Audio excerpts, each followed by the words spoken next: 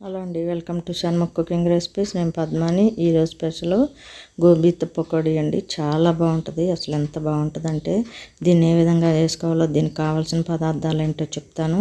ఆ విధంగా చేసుకోండి. ఇది కనుక మీకు నచ్చినట్టయితే లైక్ చేయండి, షేర్ చేయండి, సబ్స్క్రైబ్ చేయండి. ముందుగా కాలీఫ్లవర్ అండి, ఒక చిన్న నార్మల్ సైజుది ఒకటి తీసుకోవాలి.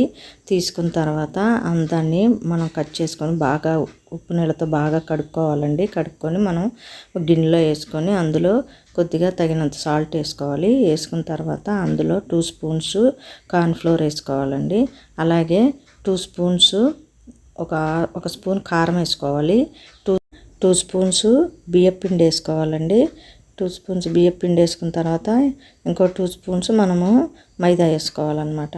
అలాగే అందులో కొద్దిగా ఫుడ్ కలర్ వేసుకోవాలి, 1/2 స్పూను. ఉల్లిపాయలు అండి పొడుగ్గా కట్ చేసుకొని వేసుకోవాలి. చిన్నవి కాకుండా ఉంటే పొడుగ్గుంటేనే బాగుంటాయి.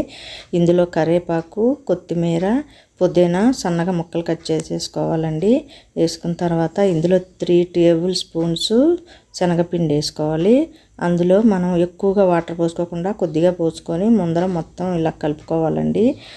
కలుపుకొని మనకి ముక్కలకి అన్ని పిండిలు పట్టే విధంగా కలుపుకోవాలి. కొద్దిగా వాటర్ పోసుకొని ఈ విధంగా మొత్తం కలిపేసుకోవాలి. కలుపుకున్న తర్వాత ఇందులో పచ్చిమిర్చి మనం ముక్కలు కట్ చేసుకొని వేసుకోవాలండి. వేసుకొని ఒకసారి మళ్ళీ కలిపేసుకుందాం. అప్పుడు పొయ్యి మీద ఆయిల్ పెట్టుకోవాలి. ఆయిల్ కాగిన తర్వాత మనము ఈ పకోడీలాగా వేసేసుకోవాలన్నమాట. వేసుకున్న తర్వాత అన్నీ మొత్తం వేసేసుకోవాలండి.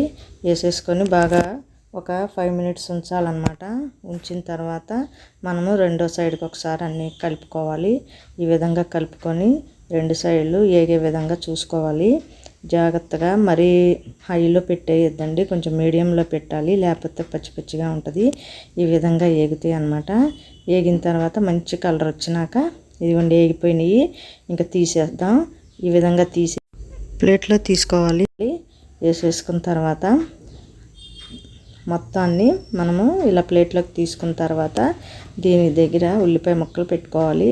పెట్టుకున్న తర్వాత మిగతాయి కూడా వేసుకొని పకోడా వేసుకొని అది కూడా మనము ప్లేట్లోకి వేసేసుకోవాలి.